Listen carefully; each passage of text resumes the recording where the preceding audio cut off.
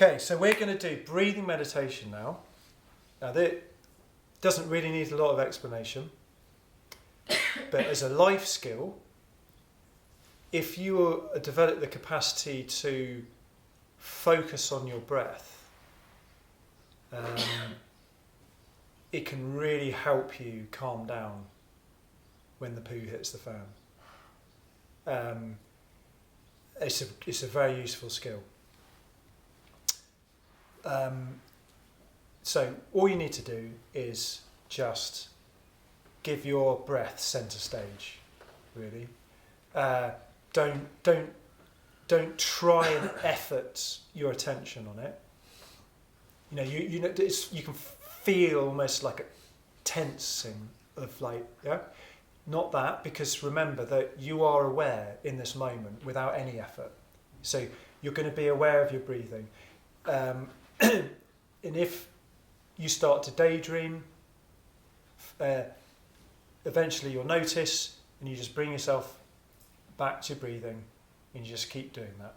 Okay, and what you're doing is you're developing the capacity to concentrate your mind and focus, which helps with all of the other types of meditation because you're developing the ability to concentrate and focus, which is, again, a really crucial life skill. Okay? I would pay attention to wherever feels natural, because when you breathe, you've got sensations in your nostril, inside your nose, down in your throat, your chest, your abdomen, really low down. Okay? So wherever's comfortable. Don't try and force it on it. And it may change. You may start up here, but then as you relax, your attention might descend down, and as your breathing starts to relax, you'll start breathing deeper with your abdomen, and that might become the focus centre of attention. Okay? It's good for 5 minutes. It seems such a long time. I felt that very well. I felt it was the hardest to stop, and we did what I was in that was 5. So for me it was like you dinged the bowl and then 2 minutes later you just dung it again. Actually, I thought that was nice. I didn't enjoy that one, but I thought it went really fast. Yeah. That's probably a good sign, isn't it? It's a good sign. Apart from the complete numbness in my left leg, the blood's just rushing back to it. Yeah. It's like in waves going to your breast, and something seemed to have happened, and then I'm outside of it, and then go back on it, and then it's just always after a certain time, don't know how much we focus on the breath. So it's like waves or circles. Mm-hmm. How did you feel each time when you found yourself wandering off and you came back? Were you kind with yourself, or? Yeah, good. Seemed like back to myself. Yeah. Good. That's definitely the way to approach this type of meditation, is with kindness to yourself. You don't want to end up getting frustrated and beating yourself up for being distracted. Passion, isn't it? As far as that, I go up and I have to go back in. Because I've got stuff, isn't it? And it's just like, I felt uncomfortable. I thought it was bringing up pains in my body as well. And I was like, it's just surrendering. I was just surrendering. That's what I was doing. Yeah. If you were doing an activity with your child, like you're trying to teach them something, writing or something like that, how would you do that? Courage. And you wouldn't be like, every time they stare off out the window, get a ruler out and crack it across there, like that kind of caricature of the terrible old school teacher of, you know, beating them back into. So that's not, you don't want to be that person. You want to be more like a parent with yourself, you know, kind and gentle and. Is that inner child stuff though, isn't it? Yeah, I mean, it's one of the capacities you can develop through doing that is being kind to yourself. Yeah. You know, it's like you can see yourself being kind and you can see yourself being horrible. Because you would treat anyone else like that, which is what you won't do, actually, to the other side. Yes, but yeah, it's coming back to that place of actually, kind and compassion, isn't it? Yeah, a lot of people are way more horrible to themselves than they ever would be to another person. Yeah. But they, So we're all worse self-critics at times, aren't we? yeah, That's Yes. the ego. It is the ego. You've got Yeah. the ego and they've got the shadow side, haven't you? As well. oh, that's important. I wanted to say, so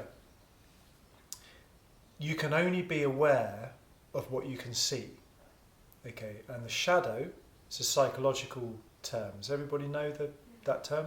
So the shadow are elements of your psychology which are in the shadows, which literally means they are not seen by you, okay? But everyone else can see. You know, you. Speaking. So, yeah, so it's like a classic example would be someone says, "Oh, you know, like that person's such a hypocrite," you know, it's, really, really annoys me. And then everyone else is looking at the person saying that and thinking, "Oh my God, you know, they are just, the worst hypocrite," but they don't even know it. Yeah. So this is why I recommend you do psychotherapy alongside meditation, because meditation is about becoming about freedom from everything, but also freedom to be whatever too. Okay, so you're free from things. You've got that kind of liberated thing, but then you're also, once you've got that sense of liberation, then you can be whatever you want to be in any moment. You've got that freedom, a bit like children are very spontaneous. They can be one thing one minute, the next thing they're something else, and because they're not so kind of firmly identified with having a set personality, they've got that kind of freedom. But you can only be free from things that you're aware of, because otherwise, if you're not aware of them, they're just operating anyway. So psychotherapy is all about bringing your unconscious material into awareness, and then awareness has this amazing capacity to be curative on its own. So just becoming aware of something is the first step towards being free from it. So there was a time, that when people in the West were first learning meditation, all got very excited about it, in the 40s, 50s, 60s, and thought that if you did meditation, it would solve all your problems, unkink all the weird bits in your personality. But then people were meditating for 30, 40 years and still being complete ... dots, and then it was like, okay, right, maybe needed to do some of these other things too. So just a word of caution that meditation is not going to heal all of your neuroses and bizarre psychological traits. So would you say counselling would be useful, or you actually saying see a psychotherapist? Whatever works for you. Yeah. So for myself, I've had regular psychotherapy sessions with the same psychotherapist for more than 10 years. And I've done training in something called voice dialogue.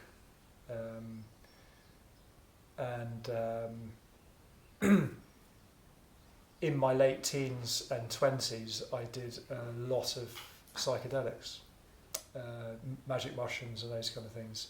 And for me, that was very beneficial. Again, I would not prescribe that to everybody. So, I mean, what I'm trying to say is, those are the things that have worked for me, and there's like hundreds of thousands of modalities for psychotherapy, and everybody's unique and different. And I would not want to recommend a specific technique to anybody, So it's your own discovery. particularly psychedelics. No, I'm not going to go there. Yeah, I mean, my son's got schizophrenia, yeah, and he and my mother did as well, but you can't say it induced because it's obviously in my family, but he did take drugs, so that's always been a huge thing for Drugs me. opens you up, though, doesn't it? But in the wider sense of even more, it can affect you in one or the other way. Yeah, it's probably a vulnerability, a deeper vulnerability. It's definitely not for everybody. No. Absolutely not. No. I'm not saying that. I'm just bringing it up because for me it was something that was very valuable. Yeah, I was lucky. I made it out unscathed. I've Yeah. got friends that that didn't. were institutionalised, Yeah. and I've also got friends who killed themselves. Yeah, Okay, so it's a matter of life and death. yeah. Yeah, but it's the same with meditation. You know, think okay, that's really safe, but the honest truth is, people have gone on gone right down the rabbit hole of meditation, done way too many retreats, long-term retreats, gone insane. And if you have schizophrenia or something like that, you go on loads of silent meditation retreats, or you That silent ones, it can big- send people absolutely off if it's or you become or you might want to become a hermit living in a cave, like a lot of the So you you know, wouldn't be able these- to cope with the so-called ordinary life because you've gone too far down that path? yeah. Well, I think so. I mean, I wouldn't recommend meditation for everybody, as Right. it's not a universally beneficial activity. No. And I think most people who have got a lot of experience in meditation and mental health and that kind of thing, I think they, if they're honest, they'd say that. You know. I've got, well, it's kind of related to this, but kind of, it's like a personal thing. The deeper I go spiritually, and the more I'm reading, the more I'm meditating, the deeper I'm going, I'm becoming more detached from everything. I'm just seeing everything more and more as an illusion. The world is illusory. Yeah. I have the personality types a certain way. I have a tendency to go off, you know, just that's my tendency. And my wife is more the other way, and she pulls me back. So there's in a tradition, all the traditions of spirituality have. They all emphasise one or the other, but if you look hard enough, they've all got them. What are called ascending spiritual paths and descending.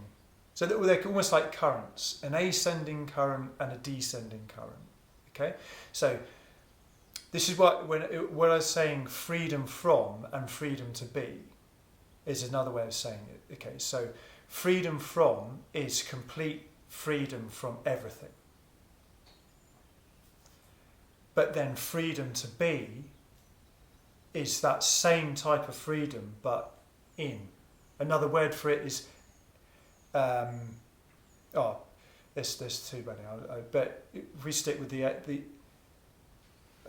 say like a sort of paganism is a very earthy, descending type of thing, whereas like some of the monastic traditions are very kind of up and out, ascending. And my personal approach is to have both currents operating at the same time. So, if we go look at emptiness and form, the Buddhist terms, emptiness, it's not just emptiness.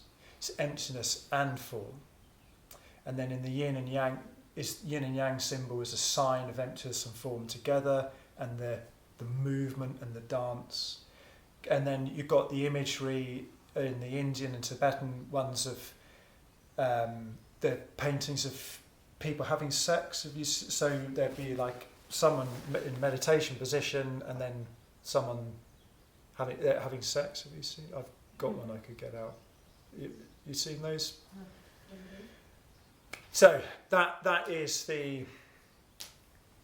image is a symbol conveying the complete detachment and freedom and the complete inness, the outness and the inness at the same time. And so if you keep looking hard at your direct experience, you'll notice that having a personality is not...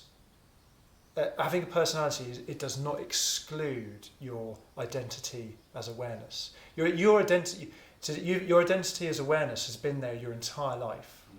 It's not like a new thing. It's not like you didn't have awareness and then when you got to 30, all of a sudden this new thing happened where you had awareness. Normally what happened with me, I was about 30, 29 I think. I was reading some pointing out instructions, like a kind of guided meditation, and for the first time ever I noticed that was awareness. I mean, it sounds so ridiculous when you say it, but I was like, whoa, it just dawned on me that this is what I'd been reading about and tried chasing all these years, was my own awareness, and it was an extraordinary thing. And then I realised that I'd been aware my whole life. Nothing had changed. This is a very common statement, you see, where everything changed, but nothing had changed at all. So it's when we go through these memories, you go back. Even when you were a child, you had all this awareness. You were aware as a child, but it wasn't deliberate, like you know that you're that as well. It's more you're just sort of in it. Your children are very in, but not out. Yeah.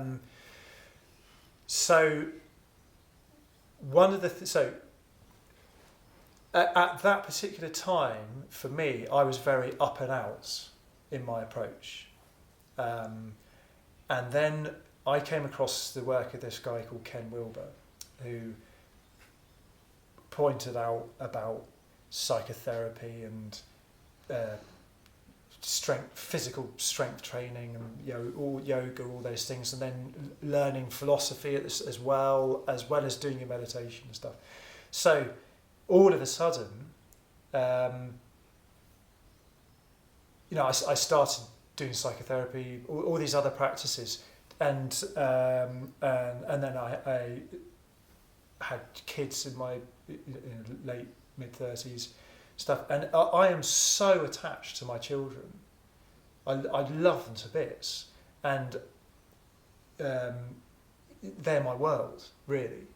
But for me, that's not at all. So I'm attached to my children like crazy, and in fact, I cultivate that attachment because I want it. It's an amazing thing. It's one of the most beautiful things in the world.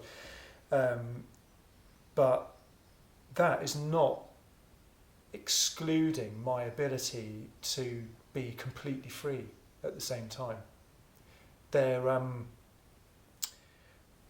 So building this triangle, in Zen there's this series of paintings called the 10 ox herding pictures, and it basically describes the path of waking up through meditation. And it's basically it's a story of like this person, they see this tail poking out of the bushes and they're like, what's that? And then they kind of the whole ox appears, and then they start riding on this ox, and then it kind of goes weird. They go up this mountain, and then it just turns into an empty circle, and then at the last picture is this kind of fat, happy Chinese Buddha type dude with a bag full of sweets, sort of giving them all to the kids down in the town. And what that describes is going from being stuck in your ego, personality, then suddenly learning about this kind of other thing which gets your interest piqued, enlightenment, freedom, liberation, meditation, blah, blah, blah. So it's like, okay, and you start wandering over this way, and then you go way out here, and then that's the empty circle, formlessness, yeah? But then if you keep going, then you go up here, where you're free to pick up both of these. Yeah, you've got the freedom to move around. So here you are stuck in your ego. Here you're stuck in formlessness. And here you're properly free. This feels like freedom. But there's a great term, I can't remember what philosopher it was, but they said they described this as a bad infinity. So this feels like infinity, but it's not. You add that and that, then you've got a proper infinity. Yeah, form and emptiness together, that's the real infinity. But emptiness on its own feels like infinity, but it's missing form. So I need to get to the tip of the pyramid where I can enjoy both things. Yeah, well, that's where we're going today. But what I said, congratulations on getting here. That's a great achievement. But your wife is entirely right to put. So in Zen they have a phrase, the stink of Zen, which is when somebody is just too Zen. Yeah, they can't change a nappy or whatnot, or soothe their partner when they're upset or something like that, And it's that is a stage on the path. It's not the end. So that's why a warning with reading a book like I Am That is if you're going to start taking that, because it's written in black and white, it's gospel truth, that's going to push you a little bit far out that way, even further. And sometimes if somebody's getting stuck over here, the worst advice is to say, so if you're in a traditional context, someone gets stuck over here, their teacher starts saying, okay, good, keep meditating, keep going, meditate more. But actually what people are starting to realise now is that that's not the answer. If you're going too far in that direction, what you need to do is a little bit more over here. And it's going to help loosen you up. Right, that's answered my question. So... I would do some of that now to me. When I'm on my own, I can be a bit more far out. It's about, I can noticing it myself as well. So, like, balance both. So, and that above.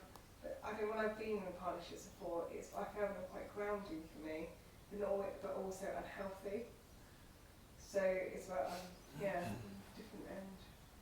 I understand that bit as well, yeah. I spent a large part of my time as a kind of hermit on my own. I've been married and divorced, so I know what that's like. And I'm now in a very happy relationship with 2 kids, and I love it. So I've experienced, a lot of those things too. It hasn't always been great for me. My relationship with my wife is part of my spiritual practice. My relationship with my kids, everything I do. So everything I do, and this is what we'd get to in the last session when we were talking about daily life.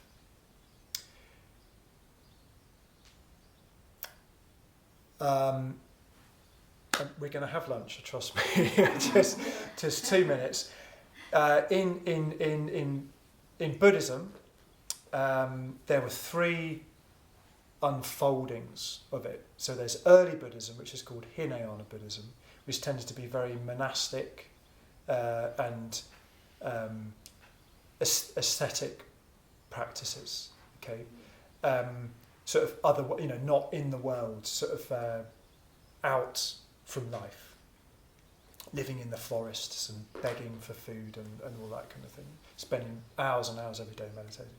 Then later there was later development called Mahayana Buddhism, which was a bit more out in the world, a bit more involved with people, became a bit, it's a big topic, but that's not the bit I'm looking for. The next bit is what I'm looking for, which was called Tantric Buddhism, which was a later development. And Tantric Buddhism was about bringing everything in your life onto the path of awakening or your spiritual path. Yeah? Whether it's just all of your life, everything. So, and that's what we're going to look at in the last part of today, is your personal relationships, your own personality, what you eat, what you do every day, who your friends are, how you engage with politics, as a citizen, all of that stuff. It's not like you have a spiritual life and then everything else is just like mundane and crap and illusory. It's all of that stuff is actually real, important, alive, fuel for everybody. And it's not just about your own awakening. Really, this is about us. We're all in this together. And and that was the early Buddhism, was a lot about you getting enlightened, basically. And then the Mahayana was about, we're all in this together. Let's all wake up together. And then the tantric thing was, well, let's get out of the monasteries, start, I'm a vegetarian, but start eating meat again, having sex, drinking alcohol, blah, blah, blah, all these things that you were supposed to not do when you're living in a monastery, because people realised that wasn't an impediment to your own spiritual journey. Oh, God, that was good, really important thing to bring up, and I went off on one then, but let's have lunch.